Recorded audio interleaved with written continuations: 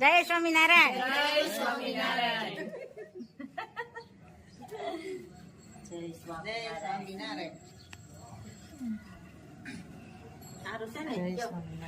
तुम हमारा ब्लॉग देखते हैं तो कैसा लगा?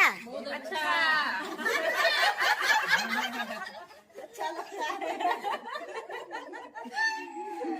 लाइक करो, शेयर करो, सब्सक्राइब करो. જય સ્વામિનારાયણ. જય સ્વામિનારાયણ. તમે તો કોણ બનેગા કરોડપતિમાં પરીક્ષા દીધી, પાસ થઈ ગયા. પાસ થઈ ગયા હો. હવે કેદી જવાનું છે મુંબઈ? પરીક્ષામાં તો પાસ થઈ ગયા પણ હવે આમ પાસ થઈ જાય ને તો છે. ના ના, આજ વખતે તમે 10 કરોડ રૂપિયા જીતીને આવવાના છો. તો તમે જે શાંતિ રાખે ન એવું અમને લાગે છે. ના, તમને લગભગ તો બધું ખ્યાલ હોય, બધું જ્ઞાન છે. એને અને આને બધી ખબર હા, પડે ને બરોબર એટલે છે. બધું થાય. એટલે મુંબઈ જવાનું થાય તેમને કહેજો, અમે પાછલી સીટ જ જોઈ તો ખરા. ના ના બધાને ફોન કરી દેવા છે. બોલવાનો તો અમારો ચાન્સ નહીં લાગે. કહી જાઓ. હા, બરોબર છે. સારામાં સારું કહેવાય ને, પરીક્ષામાં પાસ થઈ ગયા. મહિના દિવસ જવાનું છે એમ ને? હા સારું સારું. વાહ. એટલે આ મહિના જ ગેડે ફોન તો અમારા ચલાલાના ગોરધનભાઈ જાણી હમણાં ધર્મપત્ની આવ્યા છે. એ પોતે બે એટલા બધા એને ખ્યાલ આવે છે કોણ બનેગા કરોડપતિમાં 100% ઇનામ લાવી જીતીને જ રહે છે, એવી અમને પૂરી ખાતરી છે. આ જીતી જાવ ને તો તમને પાકી આપી. ના ના, ખૂબ સરસ. અમારા ચલાલાનું ગૌરવ કહેવાય. જય સ્વામિનારાયણ. જય સ્વામિનારાયણ. આજે મિક્સ શાક બનાવવાનું છે.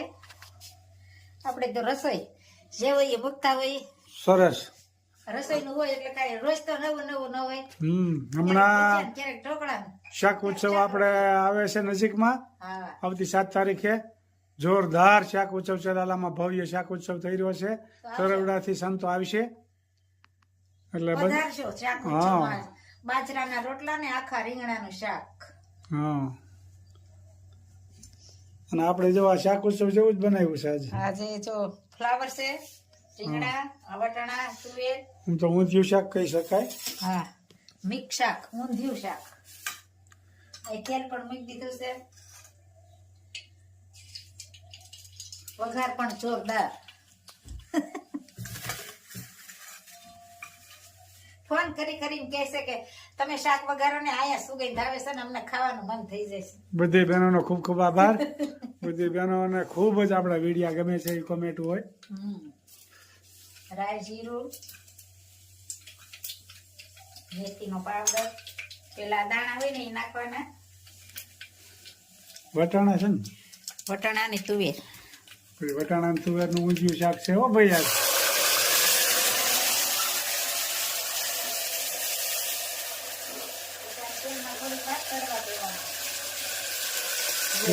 ફ્લાવર ને વાર ન લાગે અને થોડીક વાર લાગે એટલે તેલમાં સડી જાય પછી મસાલો કરવાનો.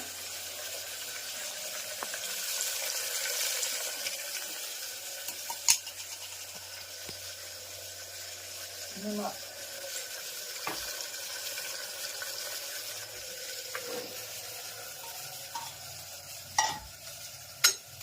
અને ફ્લાવર અને રીંગણ.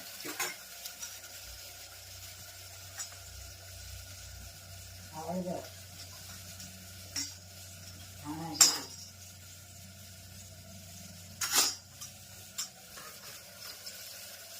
અને ચટણી.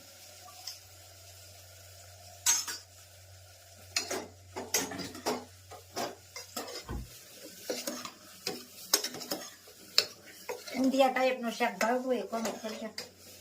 કોમેન્ટ તો બધાની સારી જ આવે છે.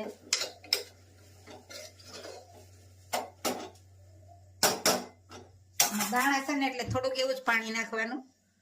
ફ્લાવરમાં તો ન હોય, દાણા પૂરતું જ હોય. અને ધીમે ગેસે સડવા દેવાનું એટલે સરસ શાક થાય. મકાઈનો સેવડો બનાવવાનો છે. લીમડો તૈયાર કર્યો છે. મને તીખું લાગે એટલે મરચું નથી નાખવાનું, લાલ ચટણી નાખશું. સરસ મજાનું મકાઈનો કેવડો ઘી છે. હા, માખણ ગરમ મૂક્યું છે. સાસ બનાવી ને અને તેલ મુકાઈ ગયું છે. સ્પેશિયલ મકાઈ. મસ્ત મજાના મકાઈના દાણા પાડી લીધા છે. રાય,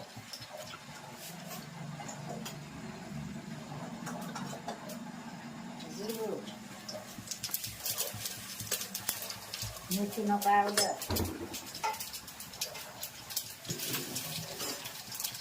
અને આ લીમડો છે, અને મકાઈના દાણા. હમણાં તો મકાઈ સારી આવે છે. સરસ મજાની મકાઈના સેવડા બનાવ્યા છે.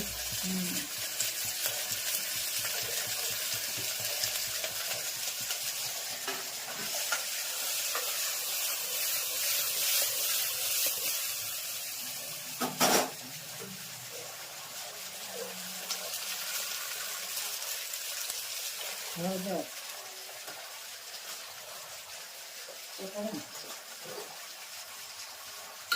અને ધાણા જીરું. અને ગળપણ વાળો ખાવો હોય ને તો ખાંડ નાના નખાય. નાની નખાય.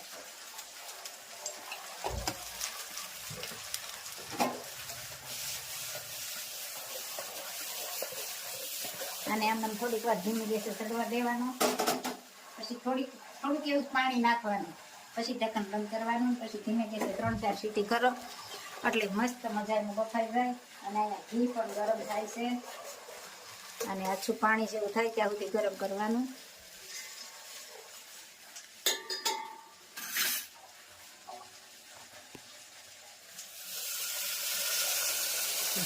થોડુંક જ પાણી ઉમેરવાનું, પછી ઢક્કન બંધ. અને તીખો ખાવો હોય તો વધારે લાલ મરચું ને લીલું મરચું નાખવાનું.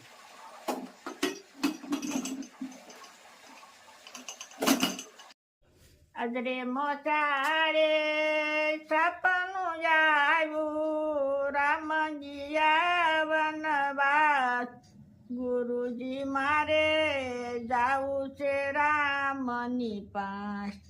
નાથી ભરતજી શાલિની સરિયા, આવ્યા વન રાવણ મોજાર.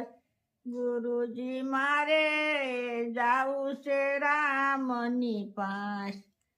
અહો ભરતજી તમે ક્યાંથી ને કેને દેખાડું વનવાસ. ગુરુજી મારે જાવું છે રામની પાસ. નાથી ભરતજી શાલિની સરિયા, આવ્યા રાવણ મોજાર. ગુરુજી મારે જાવું છે રામની પાસ. અહો ભરતજી તમે ક્યાંથી ને કેને દેખાડું વનવાસ. ભરતજી તમ ઘેરે જાઓ મારા વીર. માતા કૌશલ્યા બહુ રુદન કરે છે, ધારણ દેજો એને ધીર. ભરતજી તમ ઘેરે જાઓ મારા વીર. આપણા પિતાને પ્રણામ કહેજો, માતાને દેજો આશીર્વાદ. ભરતજી તમ ઘેરે જાઓ મારા વીર. વાંજિયા હોય એને પુત્ર દેજો, પારણીએ દેજો આશીર્વાદ. ભરતજી તમ ઘેરે જાઓ મારા વીર. ભૂખ્યા રે હોય એને ભોજન દેજો, તરસાને દેજો બોળાની. ભરતજી તમ ઘેરે જાઓ મારા વીર. જય સોમનાથ. જય શ્રી ખૂબ સરસ મજાનું કીર્તન ગાયું મારા ભાઈએ. રામ વનવાસમાં ગયા હતા ત્યારે ભરતજી એની પાછળ ગયા હતા. ત્યારે રામ એને વિનંતી કરે છે કે તમે ઘેરે જાઓ અને પ્રજાનું પાલન પોષણ કરો અને એનું બધાનું ધ્યાન રાખો. મારે વનવાસ પૂરો કરીને જ હું આવે, કારણ કે પિતાની આજ્ઞા પ્રમાણે જ હાલવાનું છે. એવા રામ હતા જે કઈ માતાએ જે વરદાન માગ્યા હતા એ દશરથ રાજા આપ્યા એ પ્રમાણે જ રામ હાલ્યા હતા. એટલે આપણે માતા પિતાનું કયું કરવું જોઈએ, કારણ કે રામ જેટલું તો કોઈને દુઃખ પડવાનું નથી ને આપણે સહન કરી ગયા એનાથી. રામ કેવા શીલે હાલ્યા હતા ને એવા શીલે આપણે થોડોક હાલવાની કોશિશ કરવી. જય સ્વામિનારાયણ, જય શ્રી